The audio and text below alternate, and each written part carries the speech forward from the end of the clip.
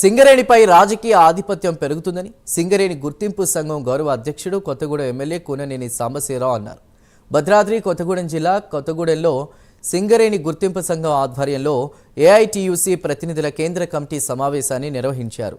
సింగరేణిలో ప్రైవేటు వ్యవస్థలతో బొగ్గు ఉత్పత్తి యత్నాలను విరమించుకోవాలని ఎమ్మెల్యే అన్నారు. సింగరేణిలో చట్ట వ్యతిరేక కార్యకలాపాలు కొనసాగుతున్నాయని ఆయన విమర్శించారు. కొత్తమైన ఏదొచ్చినా కూడా కేంద్రం పర్మిషన్ ఉండే విధంగా ఒక చట్టం చేసింది.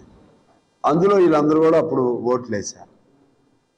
మేము మా యూనియన్ గెలిచిన తర్వాత దానికి వ్యతిరేకంగా నిలబడమని వీళ్ళని కోరాం.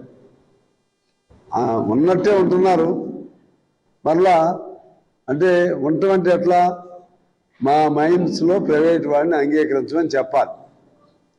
చట్టం చేస్తే చేశారు, గట్టిగా నిలబడాల్సిన అవసరం ఉంది. ఆనాడు కేంద్రం చట్టం చేసిందని పేరుతో మెత్తగా సరే రెండు అభిప్రాయాలు ఉన్నాయి.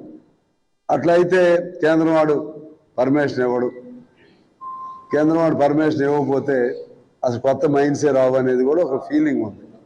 అసలు ఫైట్ చేయాలి కదా, యాజమాన్యం కానీ రాష్ట్ర ప్రభుత్వాలు కానీ ఫైట్ చేయాలి కొత్త మైండ్స్. మనం అప్పుడు సింగరేణి అంటే అవినీతి మరక లేనటువంటిది సింగరేణి. ఇవాళ మరి ఏ రంగం కంటే తక్కువ కాదు మేము అవినీతిలో.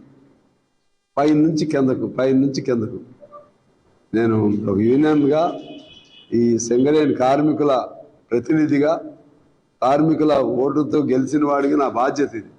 జరుగుతున్న పరిణామాలు చెప్పాలి. కాబట్టి వాళ్ళ కార్మికులందరిలో కూడా అండర్స్ట్ ఉన్నది బాగా.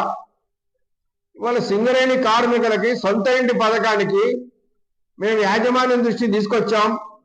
మీరు క్వార్టర్లు కట్టిన దానికంటే తక్కువతోటే కార్మికులకి సొంత ఇల్లు అయితే మీరు స్థలం కనుక 200 గజాల స్థలం ఇచ్చి ఒక 20-25 లక్షల రూపాయలు